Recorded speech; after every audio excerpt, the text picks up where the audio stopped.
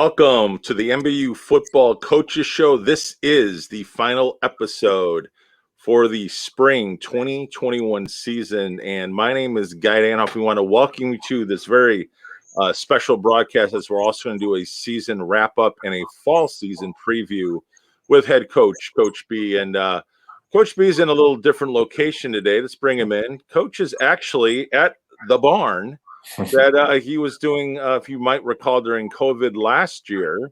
He was doing a thing called Farm Friday. And Coach, how is it from the barn? Well, the gerbil's running faster on the wheel this morning, so the internet's a little better here. And when you lose in double overtime, this is where you get banished to. So everything's doing well, going well this morning. But happy Easter to you and to all the Spartan fans. Absolutely. And let's just get right into it. And Coach, this is not a cliche when I say this. This past weekend's game, when you consider we had a 3-hour and 5-minute, rain delay, really mainly due to the lightning, which, made for a real interesting game. Also, I've never seen a game where you had the wind shift, where you literally had the wind at your back only in one quarter. Actually, it turned out to be 6 quarters, right? Well, not quarters, but 2 overtimes. So it was just really interesting that the Spartans only had the win at their back really for just a quarter in the fourth quarter. Also, that's where a lot of the scoring took place. So with that, give us your overall thoughts, because it was a nail biter. The team just showed so much resiliency. The numbers looked really positive, especially on the defensive side and rushing yet again, shutting them down. You made them change quarterbacks. I mean, the quarterback threw 4 picks. We'll get into that in a second. So with that being said, give us kind of an overview, kind of what you told your team, because what a loss, 31-34 in double overtime. And I just know that from a Spartan fan standpoint, it was one of the most exciting games I've ever think the Spartans have played, certainly in our program history. Yeah, it was definitely an exciting game. There was, as you mentioned, a lot of ups and downs, which you're 8 minutes into the game, and then you got to go in and you're in rain delay for 3 hours with a lot of uncertainty, honestly. And you know this from being up in the booth, of uncertainty if we were even going to be able to get back out and finish that game. We waited as long as we possibly could, and we were right on the cusp of having to cancel it, and weather moved out just in time, and we were able to go out and get the game in. But it was an exciting game. Really, what I just told the guys was how proud of them I was. Like, I sound probably like a broken record on this coaches show every week, but how we really talked to them about the process. And one of the great things. And it really wasn't planned. It just kind of how God worked it out, I think. But Brett Stillman from FCA came and did our chapel before the game, and he came in and talked to the guys about the importance of buying into a process and not being just solely results driven, so that you can find joy in your circumstance, regardless of what that circumstance is. And one of the things that he talked to them about was, if you're just focused on earning more money, you're never really going to be satisfied. There's never going to be enough money for you to earn. Or if you're focused only on the win, even though that's what we all play for, that you're unable to find joy. And I felt like that was a very, in a way, prophetic message to our guys, because I think after the game, although we were really disappointed, and you go back and watch film and you see opportunities that you had that you missed, and all those little things that come up throughout the game, that there was a lot of joy in how hard we played. Like you said, how resilient we were. One of the key elements in our process is perseverance, and how well those guys persevered. They scored with about 13, 14 minutes to go in the fourth quarter to take a 2-score lead, and nobody's mindset really changed, and that's what was awesome to see. So what we see is that the process that we're coaching, that they're buying into, and they're doing a really good job of following it. It didn't turn out the way we had hoped, but it was a hard fought game on both sides, and unfortunately, in games like that, it's one of those games where somebody has to lose. Unfortunately, it was us, but we had our opportunities, and we just got to keep working and learning how to win and taking advantage of those opportunities. Absolutely. It was really interesting as you're talking about. I was at the 14:48 mark to start the fourth quarter, and there was a pass from Joe Passo, who was still in the game at the time, hit Rayvon Johnson for 67 yards, and we all thought from the booth that was going to be a pick six for us. How we didn't actually, or at least deflect the ball, was pretty amazing. Hit him in stride, took it to the house, and the score at that time was 18-7. And that's just what I mean by resiliency, and to have the Spartans come back right away and strike not even like literally 2 minutes off the clock at the 12:28 mark, when you had that great pass from Josh Munn to Triplet, 56 yards. It's one of the best passes I think I've ever seen him throw, sitting literally in the pocket, had some time, as at that time they were just playing 8 folks back, hit kind of that soft spot in their zone. And Coach, talk to us a little bit about that play, because I know that was Triplet's first touchdown in college, and you got a little excited, but it's pretty exciting to see that kind of play as a response right away after being down by 2 scores. Yeah, that was a great pass by Josh, and you had mentioned the wind conditions. The wind was pretty fierce coming through, and the one thing that we know about Spartan Field is that it can become a pretty a wind tunnel, so to speak. So when the wind blows, it really slams through there, coming from the west, moving towards the east, and so that's something that we really have to pay attention to when we play at home. But the wind was at our back, and we knew that this was the quarter that we could take some of those deep shots, something that we didn't do when we had the wind at our back when we played Olivet in that first game. We weren't able to dial up some of those deep shots, but we knew we had to. We knew the score.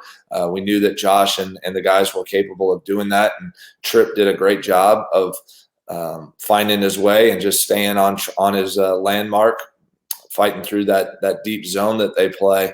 And Josh, give credit to the O-line. They gave him time, and Tripp is about the third progression in that play, but Right. He found him, made a great pass, and Tripp made a great catch and was able to get in the end zone. And you mentioned the penalty there. That was a costly penalty, and that was something that I was extremely upset about on the sideline, and getting after those guys. And really what it comes back down to, and the thing I told him at that time, is we have to get better about handling success. There's come and celebrate on the sideline all you want. And it was unfortunate because, Tripp, such a great guy, team guy. He knew immediately, but the other thing I did tell him was congrats on his first touchdown, because that's really exciting at the same token. But it did have an effect, and something we had to fight through for the rest of the game, but we were able to do it. But yeah, it was a great pass and a very timely touchdown. Yeah, the other question we have is, why didn't you decide to go for 2 there?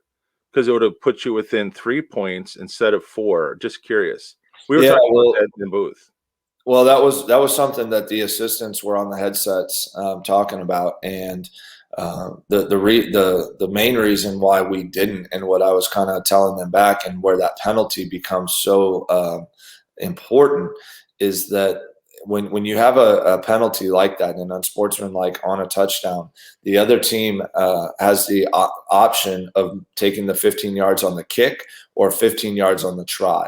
Right. Well, we actually started to send our offense back out there.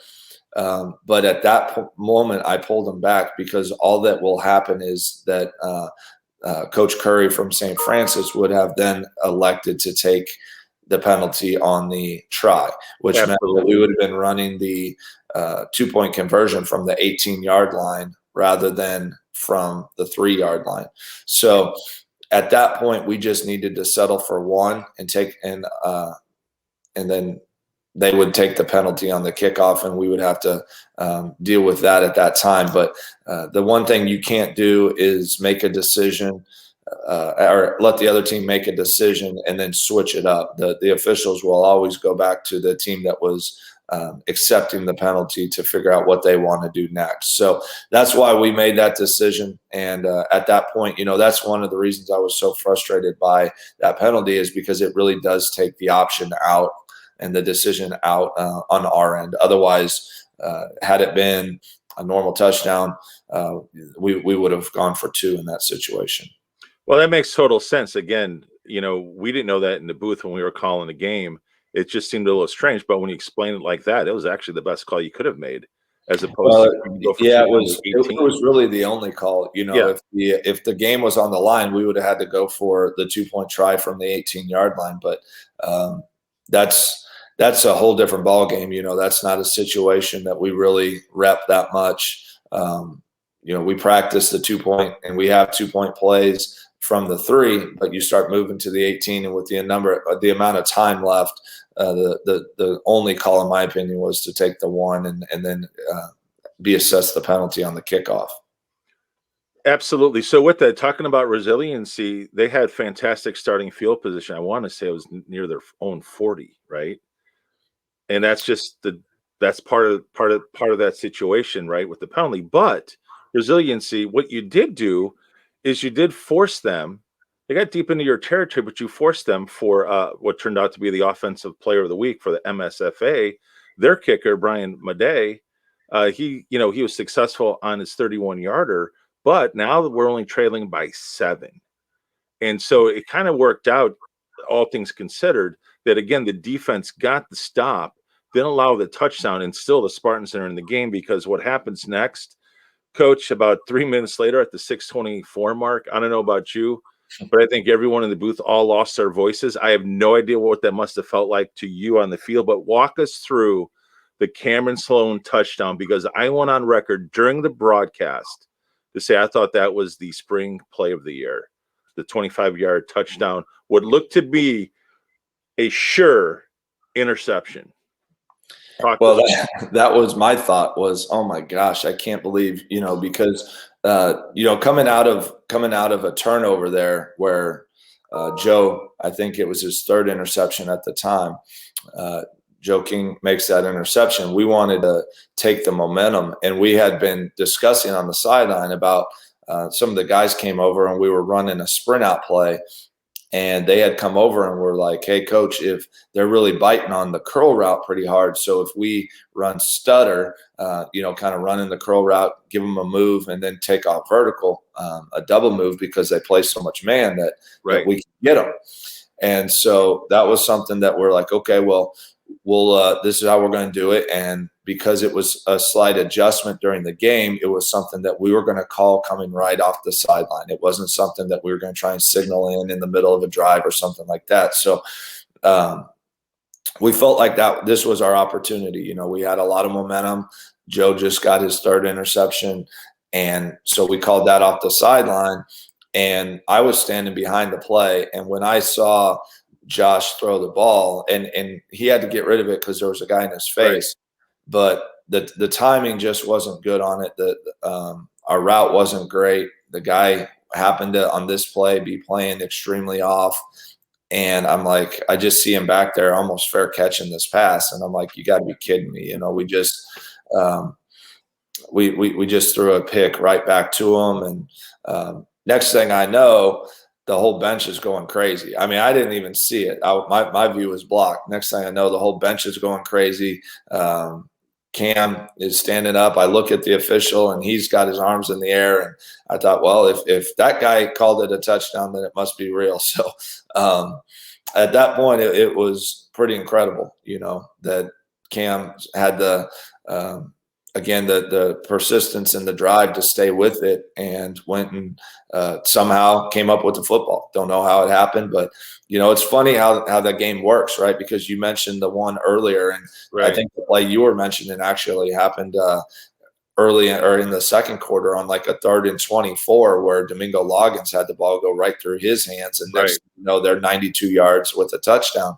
So it's just funny how that thing just balanced out. They had the exact same thing happen back to them that we had to us. And, here we are in a tie ball game. All I can say, Coach, I don't think the Spartans fans could have been any louder. All I can say is just watching it, the angle too, the camera angle, so it's right in front of you, right? It's like a great camera angle. You're looking like you said, he's about to fair catch the ball, and next thing you know, Cameron ends up with it, and just total, like unbelievable, like kind of like, do you believe in miracles? I mean, kind Yeah. of kind of crazy like that, and the next thing you know, we look up, our kick's good, and we got a tie ball game. So talk to us about now it's tied at the 6:24 mark. Now what's going through your head as well as Coach Bowden? Well, what was really going through my head was just let's get another stop. That was with 6.5 minutes left. There was plenty of time, and of course, defense goes out, and next thing you know, Joe gets his fourth interception. And at that point, then we were really focused on, because of our field position, I want to say we had the ball inside our own 40. So the thing that I was talking to Coach Schnabel about is at this stage in the game now, we need to be shifting our focus to using as much clock as possible so that we can get a game-winning touchdown or field goal or something like that that puts us in the lead. Maybe we have to kick off, but there's not a whole lot of time left. And that was our thought process going into those last 6.5 minutes. I had full confidence that the defense was going to get a stop because I thought the defense had played great all night. It was just a matter of how far of a drive were we going to have to put together in order to put points on the board. And obviously Joe gave us a great setup, had a great return, got us inside the 40. And that's one of those situations, I think, offensively that we'd love to have back, and where we had some guys that we just didn't execute very well, and that's youth. I think sometimes these young guys, they get in a game and they want to start doing their own thing, or not in a malicious way. It's just more like they think they see something that they're going to take advantage of. But in high school, that works. In college, these guys react so much faster. Right. And what you see usually isn't there. It's just, you just got to stay the course. But unfortunately, in that drive, we weren't able to move the chains, and then becomes the tough decision. Do you go for it on fourth down, or do you try and pin them deep? And, that was a really big possession for us because we were not able to get a first down and give us a shot at a field goal, and ultimately almost cost us in regulation.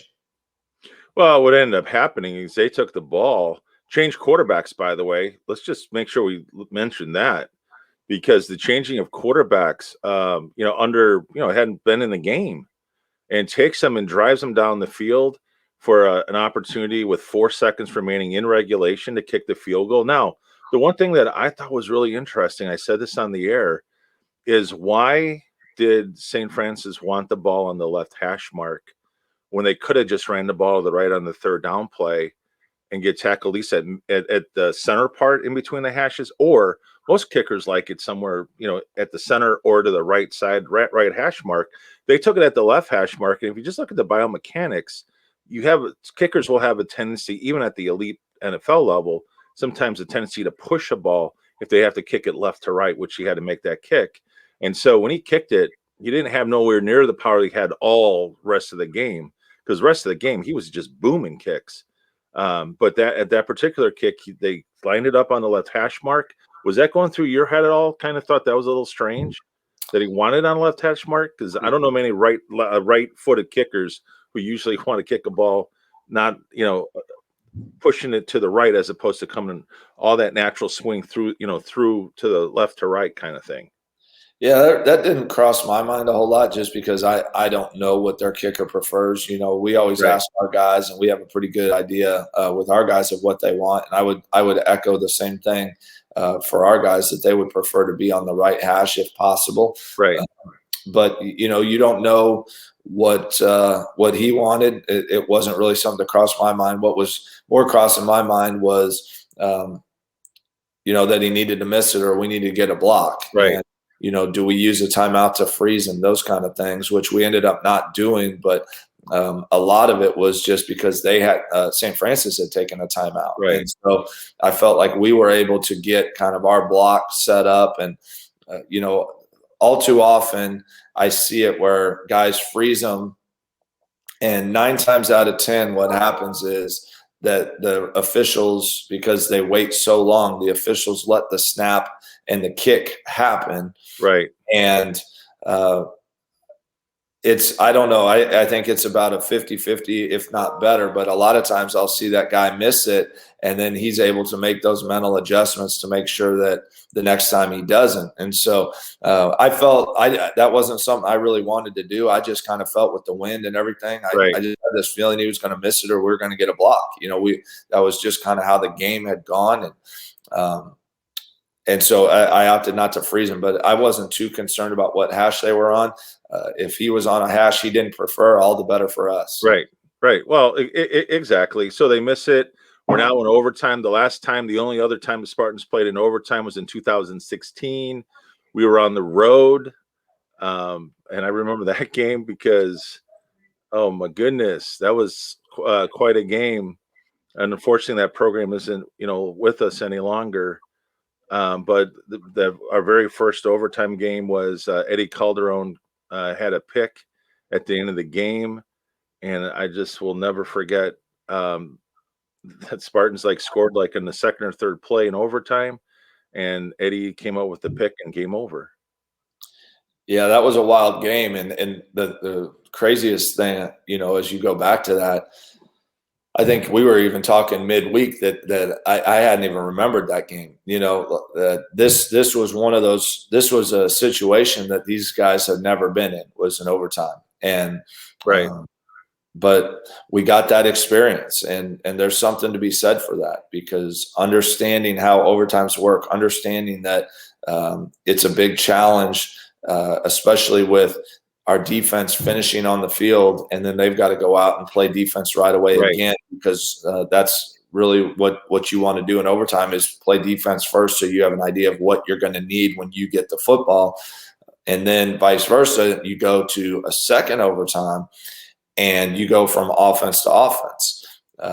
I think that's a major challenge. And I don't know if the rules committee with the AFCA or with football would ever reconsider that, but it almost seems as though it's more fair to do a coin toss at the beginning and give teams the choice, because either way it's really hard, whether you go offense to offense because of a second overtime or your defense is out there back to back. That can be tough. That can be really tough. But I thought the guys handled it well. They fought hard. Give credit to St. Francis. They made a perfect pass on a go ball. I thought Zeppelin was in pretty good coverage, and they made a nice pass, nice catch, and take the lead, force us to score a touchdown, which was a big play on their end. And then Kevon Gaines steps up and makes a big diving catch on third down to give us a first, and then he goes ahead and catches the touchdown in overtime to potentially force a tie. And there was no quit in those guys, that's for sure. There were no quit. And you look at the second overtime, again, we just didn't execute. We had an opportunity. You go back and look on film where we'd have walked in the end zone, but we didn't follow our landmarks. We just kind of got a little antsy, had to settle for a field goal. And but my goodness, what else can you say about Colin Laws stepping up and hitting some big time extra points, and then nailing a 41-yarder in overtime to give us the lead. And that's a guy who just has been so resilient. Again, a guy who's persevered all season long, not getting the kicks not kicking the ball as well as he had hoped to. And, but man, he was ready, and he stepped up when his time came. I told him, when he came over, I told him just how proud I was of him, because that was a big kick, a big situation. And he did a great job knocking it through. Absolutely. And you didn't help him much, though. You had a delay a game. We talked about that after the game. You gave him a delay to game, kicks it through, has to kick it again 5 yards back, but no problem. Yeah, that I hate to say it, that delay of game must run in my blood because I distinctly remember the Big 12 championship game coming down to a field goal, and I'm the holder, and we took a delay of game on that one. So, and forced the kicker to back it up and kick a deeper field goal. Luckily, our kicker at the time, Jeremy, knocked it through regardless. But yeah, that was 100% on me, and that was all I could say on the headset was like, my goodness, I had to pay closer attention. I was kind of counting guys. I don't know where the clock went, but that's something that we visit as a staff, and we've got to get fixed, and we will get fixed. But that was 100% on me. But Colin saved the day. Yes, he did. And again, just to wrap up on the Spartan standouts, just to let everyone know, again, we've talked about it.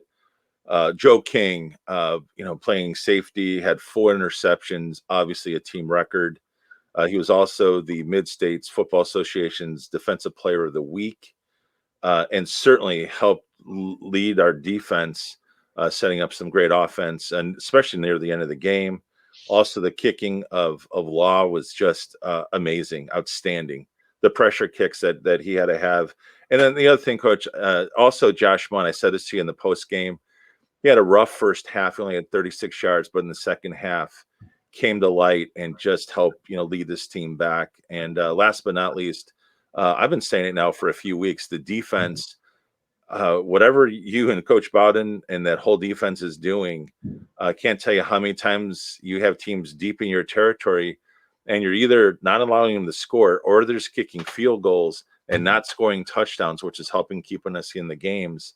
And again, just a tribute to the resiliency of your defense. And the reason why I'm making a bigger deal this week is you didn't have Jalen Cowley in and you didn't have Michael Malone in. I mean, you had 2 of what I would consider to be 2 All-American potential candidates not playing in that game on the defensive side. And on the offense, you didn't have Cody Markle or Jordan Benavides. So, you're a little shorthanded this past week, but still a lot of Spartans stepped up. Any other Spartans step up that you saw in film? Well, I mean, there's a lot to too many to count almost. I thought Zepp Velder at corner stepped up and did a heck of a job filling in that corner. Cole Williams at linebacker did a really good job, and Cole got hurt in that game, and when it went into overtime, looked at the trainer and said, tape the ankle. It was his ankle that was a problem. Said, just put as much tape on it as you can, and got back out there in the overtime. He wasn't going to let his guys down in that time. And, you talk about Cam, and you talk about a guy like Kevon, and, Tyler Ball made a big time catch on a 3rd down when we were backed up to give us a 1st down, and that led to the triplet touchdown. So, and that was a 24, 26 yard gain on a 3rd and 9 that Tyler made a great catch and run after the catch as well. So there was a lot of guys. I mean, I thought the offensive line played one of the best games they've played. Obviously you mentioned Cody being out, but Spencer McCarty jumped in there, and the rest of the guys, Jaden and Thomas Smith and KJ, trying to think who I'm missing there. Oh, Tanner Ray. They played a heck of a ball game. They really did. And that's a tough defense to run the ball against, and the different stuff that they do in the pressure game. So I thought they played a heck of a game, but Joe King was obviously the standout. He set a Midwest record of 4 interceptions in one game. And, in my humble opinion, he got robbed on National Player of the Week. He should have been that. I don't know how you go another direction, but, I'm not a voter on that, and I'm biased, but that was one of the most special games that I've ever seen a guy put together. It's just I think the Adam and Tyler in the sports info office, they asked me for a quote, what I thought. And, maybe it's too high of a comparison, but I compared it to, when Kobe went out and scored 60 in his final game. It's just one of those things where you don't understand why, but things are just clicking. And next thing you know, you look up and the guy has 4 interceptions. So, It was exciting. I just kept thinking to myself because, I'm in the game, but everybody's telling me how the fans were just going crazy. And when Joe's playing the air guitar, the fans are up there playing the air guitar with them. And, it's really exciting to think for the fall of, when that thing is full and we can go out and continue to put really good things down on our resume and give the fans a reason to show up. I think we can fill that stadium and it'll get rocking. Absolutely. So with that, Coach, let's transition now. There's supposed to be a game on Saturday against Roosevelt, and obviously there was a big announcement earlier this week. The game's been canceled. Could you kind of speak to that really quickly? Yeah, so we did not cancel. That game was not canceled due to COVID. It wasn't canceled because of Roosevelt. It was canceled on our end. One of the things that we sat back as a coaching staff early Monday morning, and we had started talking a little bit about it Sunday with our athletic trainer, and we sought a lot of advice both from Drew and his staff, kind of getting his opinion and then talking as a staff. But one of the things that we make, especially with COVID, everybody talks about keeping health and safety on the forefront. And I think in football, keeping health and safety at the forefront of our mind as coaches is always on our mind, and making sure that our guys aren't putting themselves in harm's way too much when they're banged up or injured, and doing what's right for them. And I felt as the head coach that the best thing for them was to cancel this game. I told them in a team meeting that it was a tough decision, but ultimately we're so banged up and we've got guys on the shelf that we were running out of serious depth, especially on the defensive side of the ball. We probably had a little bit more depth on the offensive side of the ball, but there were positions that we were getting thin at. Wide receiver wise, we were getting where guys were getting pretty banged up, and we had enough depth to continue going. But I think at the end of the day, it was really because of what was going on defensively. We had two safeties going into this game with Cole Williams being down. We were having to move guys to play linebacker because we didn't have enough depth at linebacker. So we just felt like it was the best thing for us that these guys had done everything that we had asked them to do throughout the spring with COVID and everything. We had asked that they had to go through a lot. They had to go through a lot all year. And when we came into this spring, the thing that we told them is that our goal is to go out and win as many games as possible and compete as hard as possible and get better in the things that the goals that we set out to do.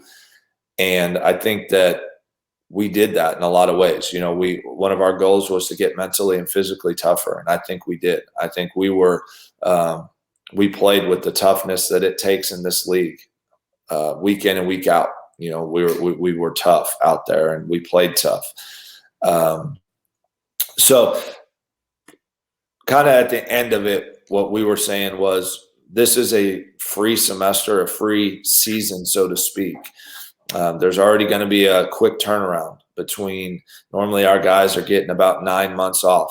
Obviously we have spring ball, but that's a very short time during the spring. But they get about 9 months off before they're having to go back into a season. And right now they're sitting at about 3 months. And, for our guys right now, it puts it at 4. But right. There's still going to be, I think everybody's seeing across the league, across the higher injury rate playing in the spring for whatever reason. And one of the things that we just told the guys is our focus is really on the fall. That's really where it had been. We wanted to get guys reps because it wasn't going to count against their eligibility. And the guys took advantage of that. But now we need to start getting them healthy. We need to start getting them refreshed because they've played more football in this year than they really ever have. When you talk about coming in August, virtually a normal time, playing a abbreviated practice schedule in the fall, but nevertheless, we still went through the end of October. and then you fire it up in January and go from January all the way to April in some crazy weather conditions, and still asking them to go out and be physical and play hard in practice and do it in games. So for those reasons, we opted to cancel. I know it was disappointing for our guys. I know it was disappointing for us as coaches, and I definitely disappointing for Roosevelt. But in the end, this is a situation where I feel like we've got to put our guys in our program first and start getting ready for the fall. Okay, with that, let's just do one really quick review on the season. I would say I have it on the screen. As of our taping, the official record is 1-5 on the season, 1-4 in the conference. But what I want to kind of go through really quickly for Spartan fans is kind of talk about the 6 games. If you take out the first game, Coach, and you and I have talked about this, the 62-3 game, it was 6 degrees. Okay, let's just be honest. Under normal circumstances, that game would have been called. And the reason why it wasn't is because both teams had gone over 400 days without playing a game. And everyone wanted to play. Okay, even us in the booth were hoping you would play. But looking back, hindsight, I know you've said to me before, under probably most normal circumstances, that game probably wouldn't have been played. Is that fair?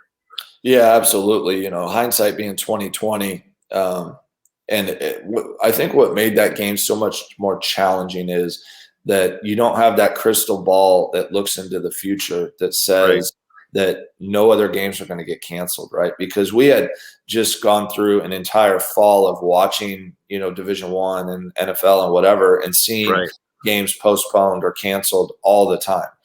And we didn't know, that we had 7 on the schedule, but how was that really going to play out? Right. If we had a crystal ball that said we were going to be able to get in 5 or 6 games in addition, then absolutely. We would have said, okay, well, let's just pump the brakes and cancel this one, and we'll see you in a couple weeks. Because yes, the conditions and just all the other things that played into it that were really out of our control hurt us, and no excuse for how we played, but it definitely played into it. And I think we proved that 2 weeks later when we went up and played them. So with that, so let's just get your thoughts on, again, let's talk about then, take out game 1. Yeah. The 5 remaining games. All right. You play Olivet again. They're nationally ranked. I know the score was 27-14. However, that game was a lot closer than the score would indicate. We were a yard short of taking the lead in the third quarter. And of course, Michael Malone goes out, and on the very next play, they score on a touchdown right away. Anyways, that game was played very tough. I don't think anyone expected the Spartans to be in that game through 4 quarters, where that game, we had an opportunity to win. Then we come home. Team does a great job, play solid. We beat Trinity International 24-14. Now here it is, the major test. You're now going to Chicago. You're going to my hometown, and you're playing St. Xavier, who's ranked 14th in the country. And they take the lead with 51 seconds left in the game. You're faced with the decision at the very end. Do I throw the Bon Jovi Living on a Prayer pass, or do you try to kick a 52-yard field goal? You opted for the field goal to try to tie the game. Obviously, it was a little short, but you played the number 14 team in the country down to the wire. Okay, and then the next week, you traveled to Davenport, Iowa to play St. Ambrose. We talked about this on a previous show. It just seemed like the team didn't show up. 36-14 loss.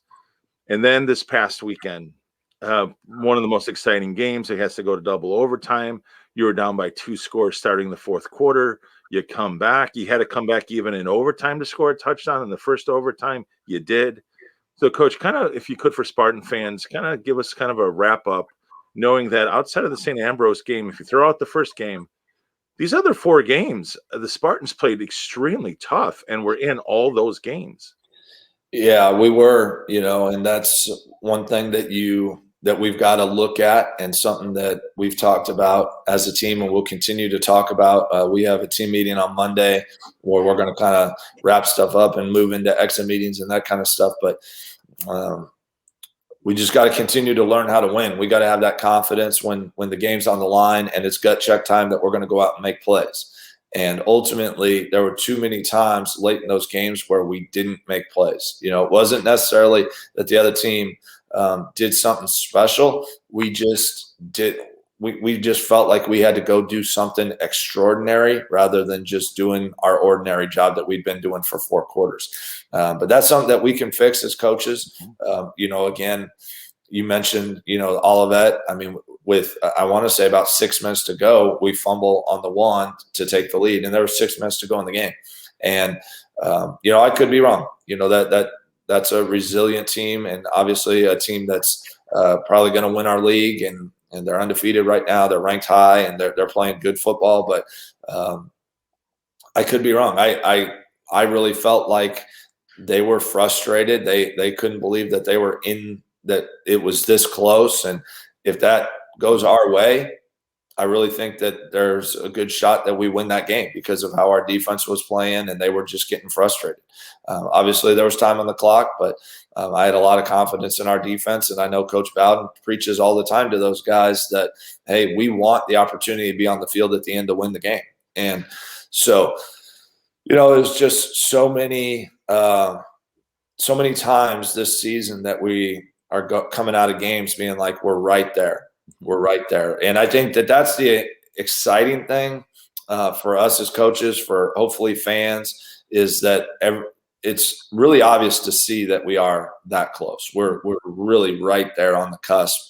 We need a couple pieces. We need just the experience. And that's one of the reasons why we opted to cancel this last game, because we need guys healthy for the fall. As banged up as we are, and as many guys as we have ruled out, really those guys are ruled out for a short period of time, and they'll heal and they'll come back. But, with 1 week left, they weren't going to be ready. And we were going to be missing a number of guys. And our depth just was not going to allow us to really compete and do so at the level required in this league, and especially against a top 20 ranked team. But that part of it, we'll have more guys in the fall because we're always lower numbers in the spring anyway, which we were. We'll have more guys when we bring in the incoming freshmen, and everybody that competed will be back. Everybody who played this fall will be back. And that is extremely exciting to me. And they have a lot of reps. They've got some, but we've got to continue to get better. We got to go out and be better. We can't be what we were this spring. We can think that's going to be good enough for the fall, because everybody will be better and everybody will have new recruits and whatever. But what we've proven, I think, is that 2 things. One, when we show up and we work, and we have a faceless, nameless opponent, and we just work the process throughout the week of that we lay out for these guys that they've bought in. And when we go out and play tough and play Spartan football, we can be in the mix with anybody. Absolutely. So with that, just to recap, Spartan fans, Cody Markle is the only senior that will not be returning. Cody, thank you again for your service. Thank you for all the memories.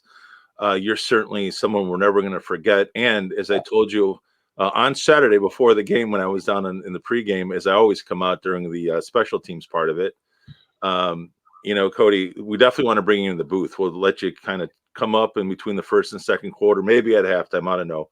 But definitely we want to bring you, certainly be staying around, because we just love your attitude, your enthusiasm. Once a Spartan, always a Spartan. So thank you again, Cody. And Coach, like you just said, that you're going to have all the weapons coming back. The defense was the story of the season. Also, Josh Munn's maturity and some of your skill positions that you talked about. Big number 8'8", that 6'5" frame, great hands.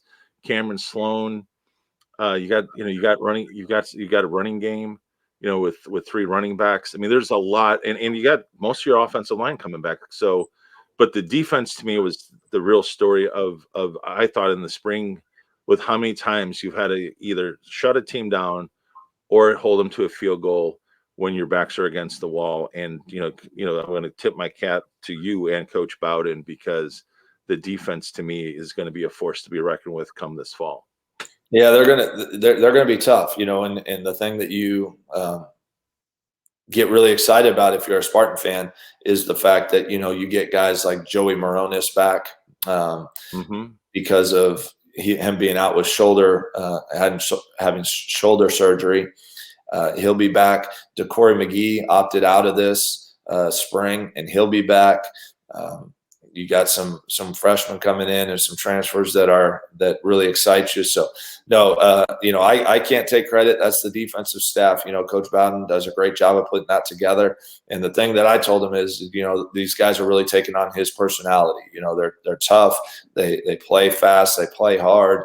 And, I'm extremely proud of them. Now, the thing that we've got to get fixed, and this is on both sides of the ball, is we got to start making plays when it matters, right? Right. When you look at St. Francis, we played great on defense all night, and then we give them a drive that gives them an opportunity to win the game late. And same thing happened at St. X. We give up a drive late that we've got to be able to get the ball back in the offense's hands. And the offense at the same token, we've got to be more consistent moving the ball.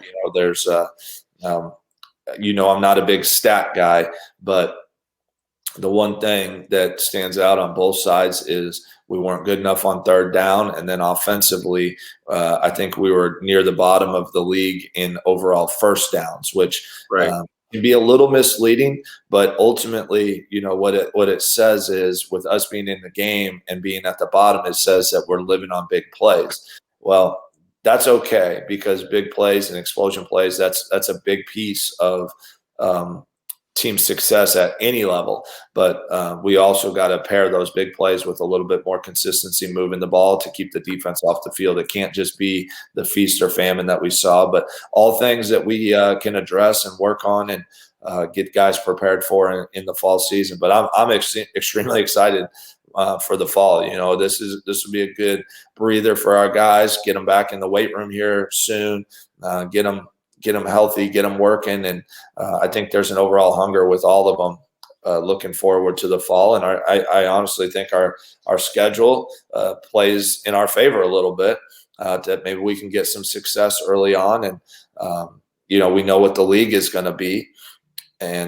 But we've also got to get a little bit of early success and get some of those games where we learn how to win a little bit. So when it does come down to it, we have that confidence. Absolutely. And Coach, just one last final note I'll say as we wrap up the broadcast is I had a chance to see several of your players yesterday, whether it was in chapel or just around campus, and the excitement and enthusiasm, most of them have been sharing about wanting to get in the weight room, having the hunger to get prepared for the fall. I think that's part of what that last game had really helped the Spartans do, is having a real belief that there could be something special moving forward. And just want to let you know that, because it was unsolicited. When I talked to several players yesterday on campus, it was awesome. So I just wanted to let you know that, even though they know the season was cut a game short, that's fine, but they're already got their minds, thinking about the fall. And that's a great place to be if you're a Spartan.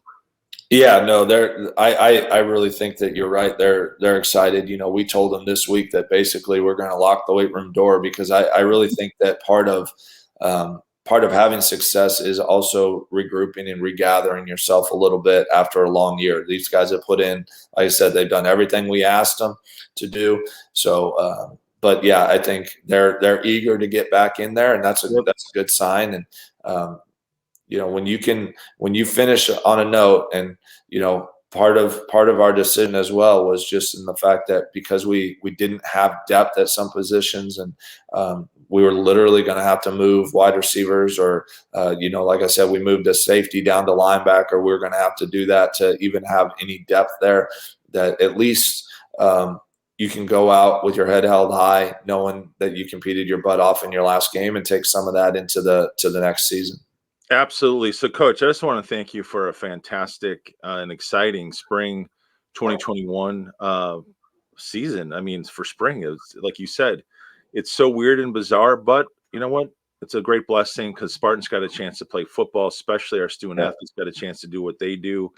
And it's going to be a short off season, so I'm not going to have to wait. Hopefully you're not going to do any more Farm Fridays over the summer, okay? No, hopefully not. None of those. Hopefully we're not stuck in quarantine. Exactly. So when we come back, we'll kick off, obviously, doing the you know how we like those double sessions, doing your camp report, the fall camp report. It'll be the next time I think we go live. We'll be, starting in August with the fall camp report. So with that, Coach, again, congratulations on a real promising season. A lot of things to build on. And I want to thank you, Spartan fans, especially seeing all of you for 3 home games. I get on the first game a little cold. I get that. But the other 2, it's just great to see our fans in our home. And just thank you again to our administration. Oh, my goodness. Our football field looks amazing at night. And blessing to be able to play 2 of those games at home at night. That was really cool, too. So with that, this is the spring season wrap up here on the MBU Coaches Show for Coach B. I am Guy Danhoff. We want to thank you again for watching right here on the Spartan Digital Network.